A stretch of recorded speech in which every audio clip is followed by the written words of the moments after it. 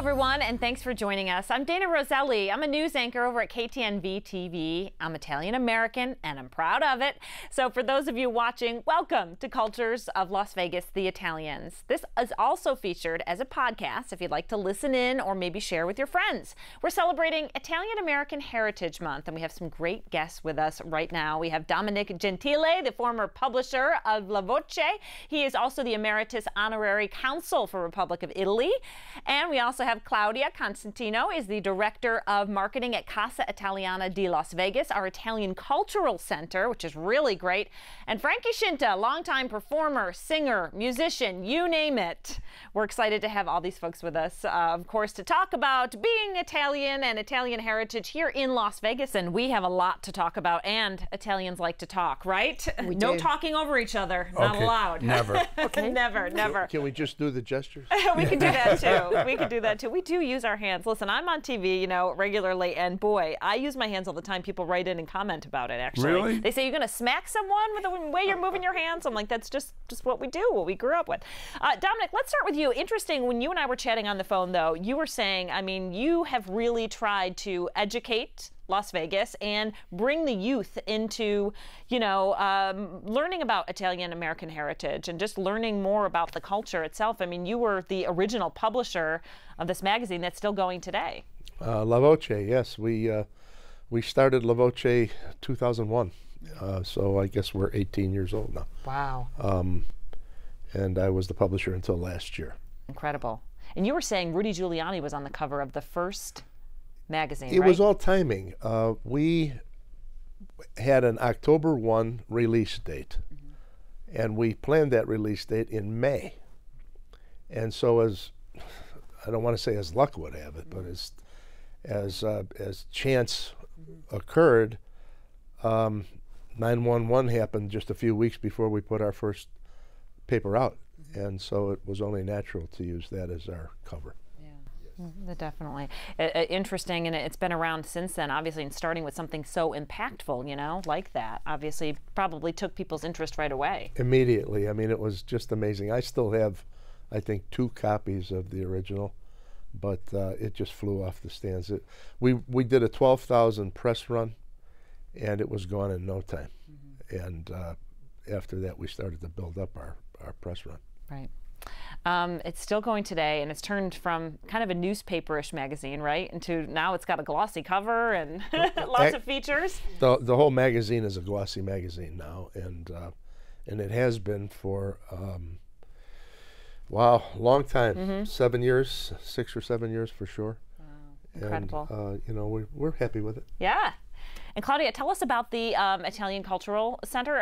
Frankie and I were chatting going, we didn't even know this existed. How could we not know? It started, Casa Italiana di Las Vegas. It started in February 2016. It was created by an Italian-American attorney who started Casa Italiana because he has 2 kids, and he didn't want his kids to lose their heritage. So Casa Italiana was created as an Italian language school for children and for adults, and we carry on the language courses.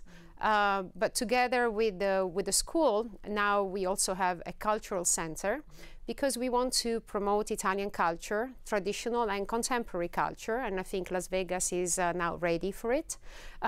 We collaborate. We actually just had an event recently about, it's a book presentation by an Italian author, Paolo Battaglia, and we collaborate a lot with the libraries across the valley, Windmill, West Charleston, the Heritage Senior in Anderson, where we host movie screenings. We host book presentation.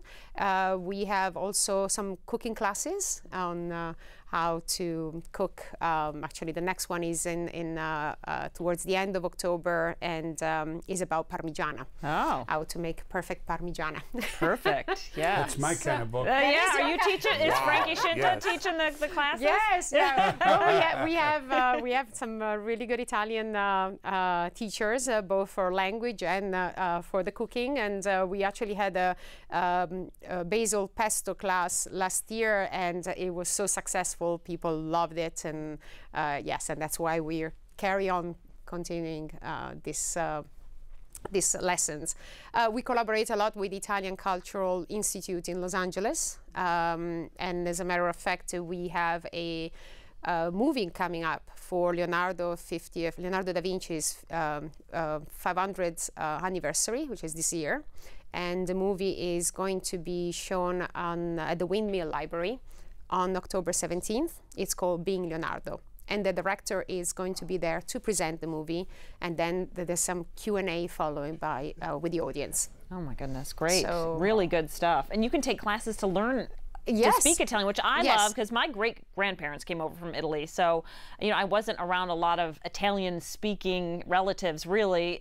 So I've always wanted to kind of learn it, but I could take classes? You can definitely take classes. We have a native Italian speaker doing the classes in the evening. So if you're free from 6 to 7:30 in the evening, and different days for different levels, but we start from the beginner one to advanced and to conversational Italian. Yes, and you can find everything on our website, which is sometimes a little tricky to pronounce because it's italiano.vegas. So it's Italian with a final O.vegas. Okay. So everything is over there. Perfect. Too, but wow. Yes. That's nice to know. Yeah, it really Yes. is. It really is. And when we talk about Italian, we think, you know, we're family, and we're loud, and we like to speak loud. And so, you know, that makes for a great show, and that's where Frankie Scinta comes in. Loud, there I am. Loud and family, put them together, you've got a show, and obviously a lot of talent. And the Scintas have been around forever. I mean, I know you have really come a long way, starting from New York. Buffalo, New York. Yep. I'm from Rochester, New York. Yes, so I had heard of the neighbors. Scintas before I got here to Las Vegas 15 years ago. And then you've been here performing, starting back at the Rio? Well, it was the Hilton first, and then the Rio took us on for almost 6 years. Wow. And then, you know, Vegas changed a lot, as we all know. A lot of Cirque shows came, and there was four-walling where the entertainer pays to perform, and that was a fun experience. Yes. If you want to learn how to lose money. But coming from a place like Western New York, you know, and we grew up in a typical Italian Sicilian family. My whole family's from Sicily, and the food, there was always 10 or more people at the table. Honest to God. And my mom cooked like there was another 30 coming. Right. Yes. I used to go eat at friends' houses, right? You go to a friend's house and they counted 6 people, 6 potatoes. Right. That I never know, isn't that happened. weird? Isn't that? Right, it'd be like 60 potatoes.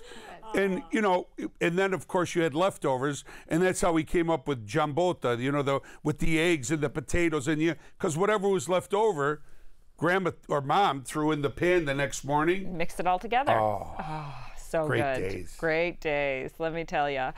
You tell us, folks, a little bit about your show and how it's evolved through the years. I mean, I know you've had family. It's been a family thing, and Yeah, things it have was. changed. Right from the start, it was my brother and myself, and when Chrissy, my sister, was old enough, she actually stepped on stage when she was 5. I brought her up, and she just brought the house down. And she was singing all these like, "Ma, he's making eyes at me." She was the cutest little thing.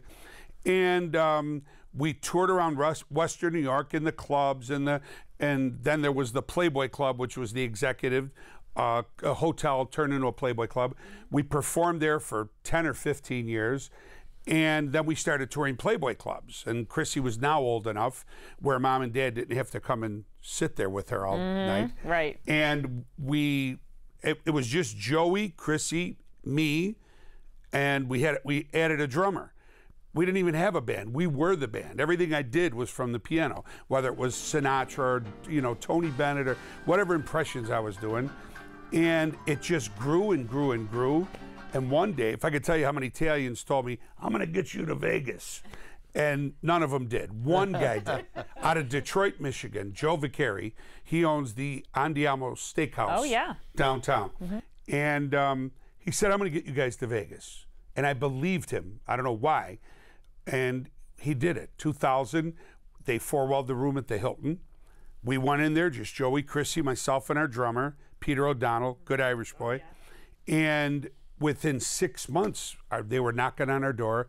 The Flamingo, the Rio, the Tropicana, and the Rio gave us an offer that, you only dream of today. And we were there almost 6 years. And my brother passed 2 Novembers ago. And that was a tough, because we were partners on stage and brothers. And my sister retired because of her vocal cords. So it's me now, me and my big band, and my drummer, Pete, still with me. Got a young lady, another Italian girl from Western New York, Janine Valentine. Her maiden name is Nola. And she's been with me 8 years almost. And we're still doing our thing, but I have other projects now that I'm working on, and I love it. It's not Scinta's anymore. It's Frankie Scinta, the showman, which I didn't choose. Producer did. Okay. Showman. Well, But you're a showman. Well, I live to be there. I live for the stage. I live to make people laugh. You know, irrespective of their race, religion, nationality. If they're sitting there looking at their phone or they're not clapping, they're a target. They're done. That's where I turn into Don Rickles. Yeah. What are you doing? Are you kidding me? Really? Because that's the Italian in me. You know, Exactly. You got to be kidding me. I'm up here working, you're sitting. And that was me. It's always been us. But now it's me, and Pete O'Donnell's very funny. And it's still music, comedy, impressions. And it's the most fun you could have with your clothes on. Oh, my God. I swear. Dun-dun-dun. But- Yeah, we're going to have you play the spoons later. Not yet. We're going to hold off. That's a teaser for everyone. Is that? Oh, yeah. Now they're going to not change the channel. No, don't change the channel. Don't The spoons move. are coming. He's going to play, Margie's going to play the spoon. Spoons are coming. Everyone's like, what is that, if they've never seen? But interesting. And Claudia, you brought actually this is It's a a snack. cookie, a snack. As a snack, Okay. yes. It's, those are taralli. They are typical from a region. I'm from Puglia. If you imagine the booth, basically I'm on the hill on the Adriatic Sea, so east and on the southern. So taralli, these are particular one are made with onions and olives. And so they're very tasty. Your breath will be That's onion okay. breath, but That's who okay. cares? I'm eating I it can anyway. live with I it. feel comfortable with you Or so- all already. Perfect. So then if I'll you try one. like to For sure. try one. How about you? Sure. Yeah? You dipping in? But where's All the right. wine? And where is the wine? that? Come on, Frankie. Exactly. Well, we need the wine. I have Exactly. to try one. I got to You try gotta it. try one. Of course. And can we get these in town? I know. Yeah, not this particular one, because they actually they come all the way from Italy, from Puglia. But you can find them, yes, in international market. You find taralli. I think also some dailies. You find them. So, Right. So normally- good, right? Yeah, they are. It's like the best part of the bread, like It the is. crust. And You're the, right. That's the what it flavor, is. right? Uh-huh. Crunchy. The flavor inside is incredible. They are. So little, but it explodes in your mouth. So Bang. good. Because who doesn't love like a hard, crispy kind of bread Exactly. flavor? I think everyone. We all, right? Because we all try and avoid it. Because we're like, can't eat carbs, can't eat bread. No. In my house, they used to fight for the ends. Oh, Yeah. yeah. And then that's how my dad always cleans the plate with the end of the bread. Yes. And then there's like nothing. And my mom used to love it because she didn't really have to, We clean call it off to do the dishes. scarpetta. La scarpetta. Yes. A little shoe, basically. Yep. You just clean the plate Right. with a piece of bread. Yeah. Yes. I mean, that's, listen, I've had people over the house and my mom would start, she grew the tomatoes in the garden. She, made the sauce, you'd wake up at 7 in the morning and you started to smell it. It would cook all day. If I had a boyfriend over or something, they weren't Italian, they'd come, they'd sit, and then they'd think this whole day, this whole process, we'd all sit down and literally we would eat and nobody would lift their head and we would be done in 5 minutes. And this person would be like, wait, you guys are done? And we're like, yep, moving on. That's it. That's it. And so, but it was always a good laugh in our house because See, but if they cooked it all day, it's not a sauce. right, it's a gravy. It's a sugo. Okay, yes. you call it, Sugo, we yes. call it gravy, and everyone Gravy. yells New at York me here. City Oh, calls it gravy. Okay. We Yeah. don't. No, we don't. Yeah. Right. Everyone's Gravy's different. brown, I always thought. Exactly. We always thought if we cooked the meat in the sauce, Yes. That's a that gravy. it was a gravy. Ah, not got if you just cooked it without. But it's Ragu. interesting. Yeah. Ragu. If you cook the meat in the sauce, it's el ragu. Right. It's the ragu. The Yes. pork, the beef. Oh my gosh. So delicious. So good. So good. You know what? Italian heritage, that's the thing about it. Everything focused around the table, around the dinner table. That's what's missing today, I think, in a lot of cultures, even in our culture. Agreed, yes. The kids, nobody eats together anymore. Right, no. And that was part of upbringing, your growing up. You talked about your day, if you had a Yes. bad day. And I remember if you didn't want to eat. I mean, today, kids, my grandkids, I love them to death. I have 6 of them. And, you know, I want a hot dog. No, I'll have a burger. I'll have mac and cheese. And, you know, in my house, we're eating this. Yes, exactly. Right. That's the same in my house right now, because I always said, I'm not a restaurant. This is not a restaurant. Whatever is on the table, you eat. If you don't like it, go to bed. Right. That's it. Tomorrow you'll find the same thing on the table. That's it. Yeah, I mean, that's what the way I was brought up, and that's the way it is. I'm not, yeah. My dad used to say, sometimes, I'm not hungry. I'm not going to eat. And he'd say, okay, you're going to have to sit here while we eat. Right. And then after you see everybody slurping up the zuku and the twisting and the meatballs, and you go, all right, I'm going to eat. I don't want to, but I'm going to eat it just so you don't get mad at me. And it was really, and that was part of your growing up, your respect for what, you know, what we had. And we didn't have money. My dad was a firefighter. I think he made $300 every 2 weeks. But our refrigerator was chock full, right? I'll bet yours was the same way. Absolutely. Always. I mean, no Wonder Bread in there either. No, You no. know, it was always that everything was that could kill you. You know, Supersata, Capicola, everything that And you never kills knew you who was at going 40. to stop over, because people stopped over back then. You know, people would just knock on your door and come over. Friends, family. My you know. grandmother, on my mom's side, my grandmother had 13 kids. And by the time I was born, there were probably still 8 or 9 of them living in the house. And there were times when people would show up that were not invited, but they would just come by. And my grandmother never ran out of food. I don't know how she did it, but her whole philosophy was they'll eat. It was important. It absolutely It was really culturally important. Right. And we talked. We talked around did. the table. There were no cell phones. You know, and love. There was a lot of love at that table. You learned about love, and you learned about, you know, your uncles and your aunts. That's where you spilled your guts at the table. And they used to call it the old country. Yeah. Yep.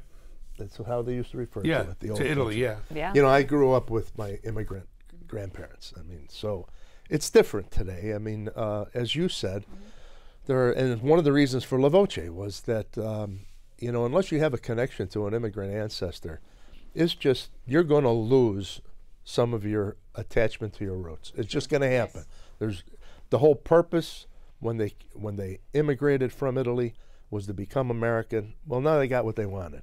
And so what we've been doing for about the last 30 or so years is trying to swim upstream, trying to not lose it completely. Yep. And thanks to you and the efforts that are made by people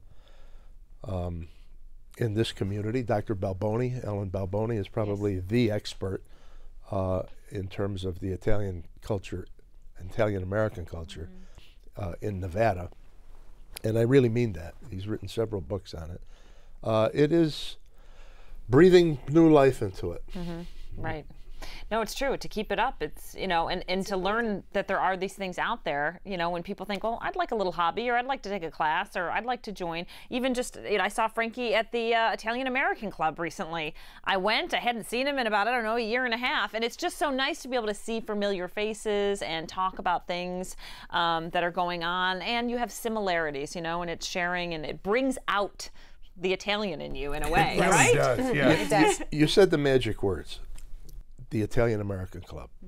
I can't, and Frankie, I know you've been here as long as I have.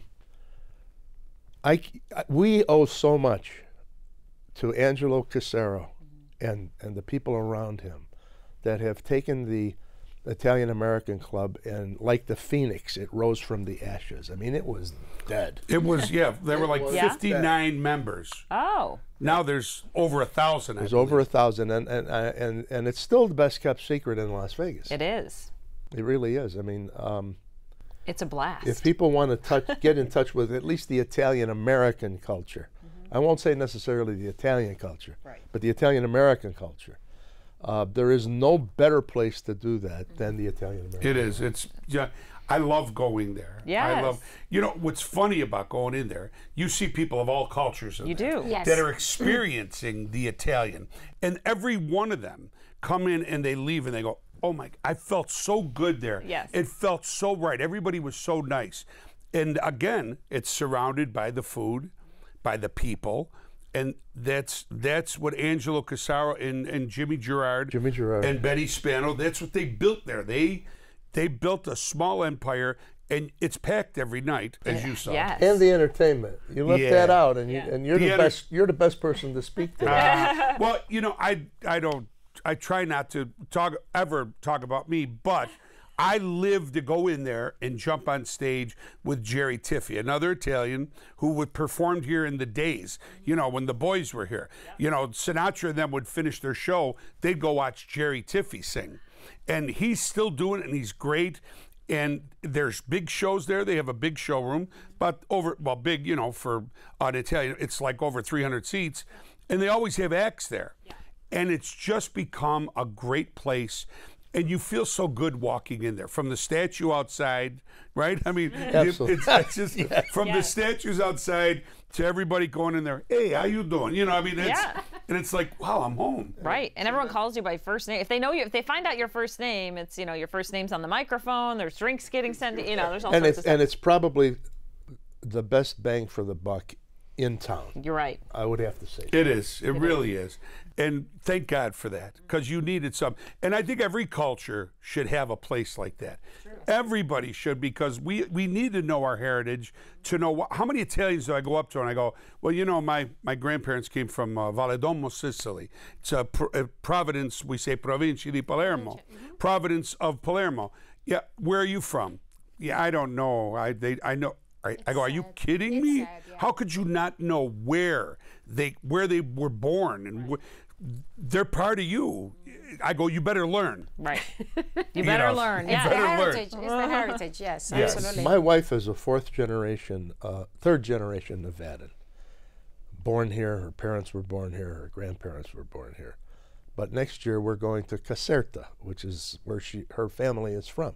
And she has a burning desire to see it. Mm-hmm. And so you're going to go and see the Royal Palace. I'm going to go see the Palazzo. Yes. Palazzo, La Reggia. Wow. Have you been over there? I actually haven't. Can you believe it? Dayna? You know what it comes to? It comes to time off. I don't want to go for 4 or 5 days. No, I don't want to can't. go for 4. And so that is, you know, something that I plan to go when I can get a good 2 weeks off. I mean, to see it all, right? I mean, by the time you get there and everything like that. But I look forward to it. My mom went, and she's been back at least 4 times, and she loves it. She's just enjoyed it so much, you know. And it took her a while to get there too, to be honest. You know, it's time, it's money, and things like that. But it's something that she says you have to experience and you have to do. Yes. And you know, I'll go with her, because that's what it's about too. You know. Being with family to learn about the heritage. Exactly. It was without a doubt the most moving moment of my life, more so than the birth of my kids, weddings, things like that, was touring the cemetery in San Fili, which is in Calabria, because I actually felt several generations of my family. And you know, I'm not that kind of guy. I mean, you know, I'm just not. But it's an amazing thing. And if anybody gets a chance to go to where their roots were, at least as far as they know, and if they don't take advantage of that, then they're missing out on something really important in life. Absolutely. You are so. When I went to Valedolmo, I was invited to the mayor's office. A man by the name of Vincenzo Battaglia wrote a book about Valedolmo. And the book is this thick, and it's a huge book. And he took me to the mayor's office, and you know, I expected a hello. Well, they gave me all these gifts, and then they took me around town, and we looked at what was what, and I started to cry. And I tell you, I cried for an hour, and they were all consoling me, and because I felt my grandparents, I felt that. That's where it started. They gave me this. They gave me, you know, my hot temper, my everything. They gave me all of it, the love that I have. I'm so passionate. I love my children and grandchildren so much that when I talk about them, I cry. Yeah. And it all came out. And I felt so good to be there. If you, like he said, you have to go. I don't know when. Don't wait till you're too old to enjoy it. You got to go. I took my mom about 25 years ago, but we didn't get to go to Sicily because one of the people that was with us couldn't go to Sicily. It's another story. Yeah, he got lost. But we had to go to Paris, and it was nice. And, yeah, okay, I'm not French, but it was beautiful. This past September, we went to Rome, Taormina Alta. We went to Pompeii, tutti. We were all over. And then we went to Sicily. And I had to get a private driver to take me to Valle It's up in the mountains. And all I could think of is if my father never saw this. He never got to see this. And all of it. I had 7 uncles, too. And I don't know how many of them went back, maybe 1 or 2. But it changed my life. It really did. You have to go. And even today, I have 6 grandbabies, and my daughter had 2, a 6 and a 4-year-old. And am I talking too much? No. But a 6 and a 4-year-old, and then she had twin boys a year ago. And they're all beautiful. And all the babies, we say piccirido in Sicily. Yes. And I always used to sing the first song I ever learned. It was an old Sicilian song about a donkey. Aviano scicaredu, maeru saporitu. It's about a man who lost his donkey. Now, it sounds silly, but in those days, it was everything. It got you to town. It kept you alive. It would get your food.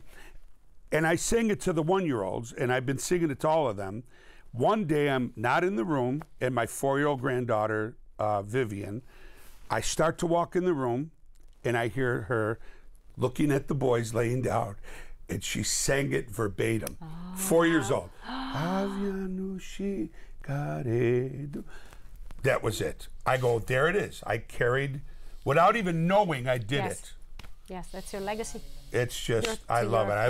I love my heritage. Oh my goodness, that's a great story. Yeah, it's so true. We pick things up young, just from things that happen in our home, and that's why sometimes when we talk about even in the news business, the negative things that happen in the home when you're young, it's important to keep these positive things and keep your heritage involved in family and all that kind of thing. But just really, really, really good. For me, it's a little different because I was born and raised in Bari, and I came here 1998 in the United States.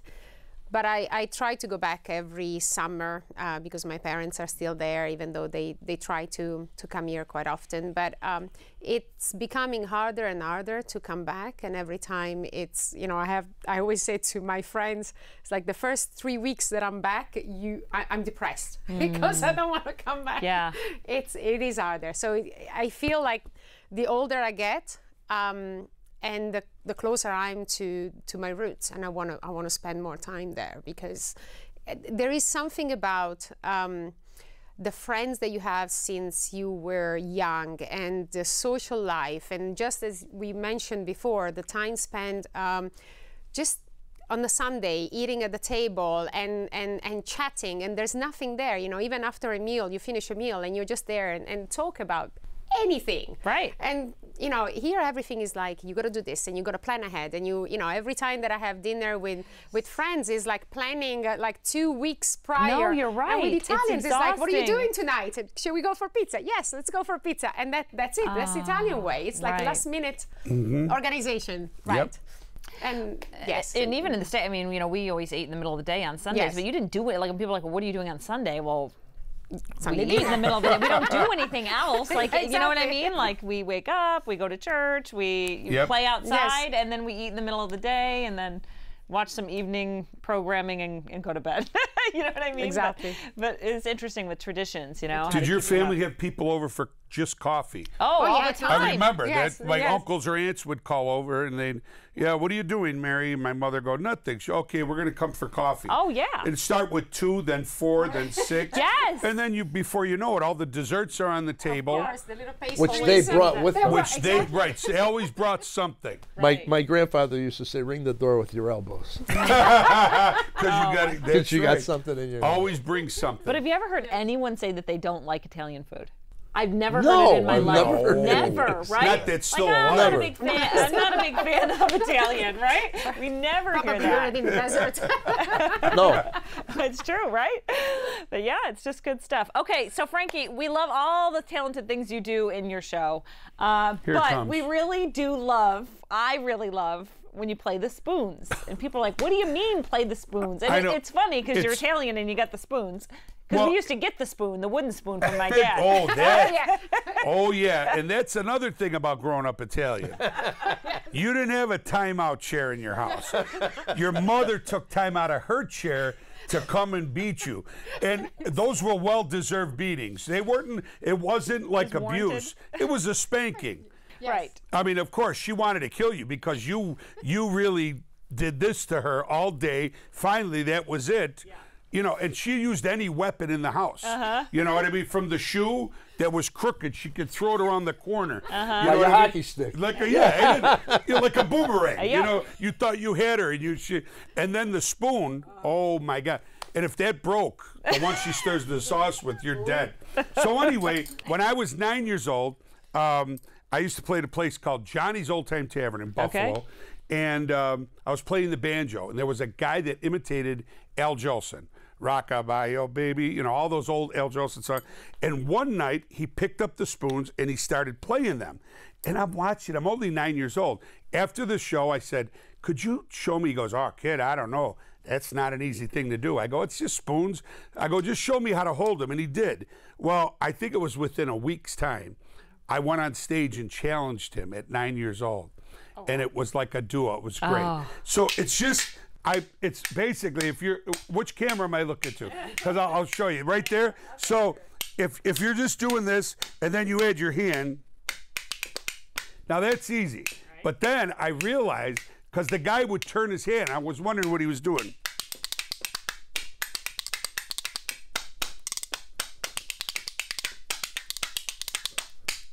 That's incredible. And I learned how to do it. Huh? I know. With just 2 spoons. I know. Well, the forks hurt too much. Yeah. But it's the sound they make.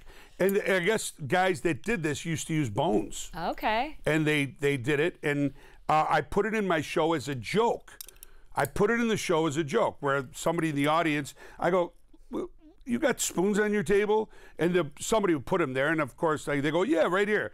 And I would go, let me see those. And I would just start by go, wow, they sound. And then I would... And it's become, like you just asked me, everybody likes the spoons. I love it. I know. I do other things. I know. I know. You do. You do. Listen, you have maybe a great you don't show. do them as well. That's it. Maybe. Right. And I could eat with those after they're washed.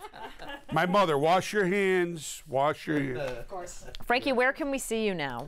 I'm going to be at the Suncoast November 9th. Okay. And then New Year's Eve, I will be at the South Point in the big ballroom. First time.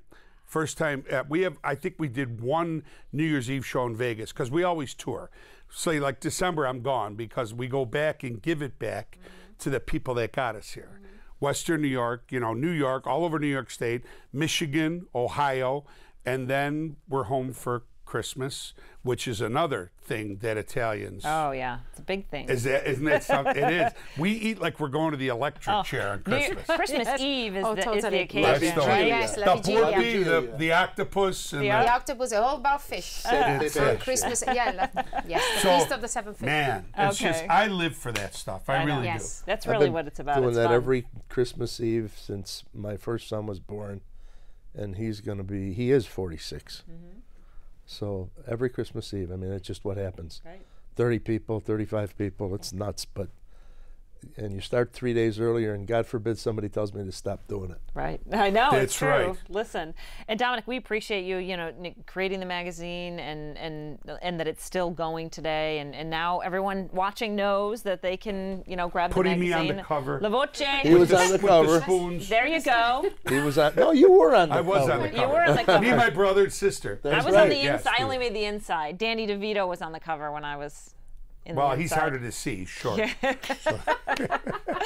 But yeah, just for really spreading the love of Italian American heritage and Claudia, it's so great. What's the website again for folks? Italiano.Vegas. And we also have a Facebook page, Casa Italiana di Las Vegas, and you can follow us on Facebook too. Maybe all of us need to meet for a cooking class. Oh, How about we all meet for dinner? Yes. That would be great, actually. And we cook for each other. I mean, really. That would come be to my house. That would be fun. We'll cook for 30 people Follow-up program? Yeah. This time next year? Bring a camera. Well, that'll be great. Totally. Really, you're invited. Oh my gosh. Thank you so You much. are. You are. I don't know about I know. him. I can tell. We've got new friends here. Listen, thank you guys so much for coming on and talking about the Italian American Heritage Month. It's an important month, October, that we're spreading the love, and I appreciate that what all of you do in the community in such different ways, right? Look at this room. It's really. It is. I never thought of it that way. No, such But it different is, ways. yeah. So thank you so much, Frankie, Claudia, Dominic, for joining us, and thank you everyone for watching and listening. And enjoy your Italian American Heritage Month. Cook something good.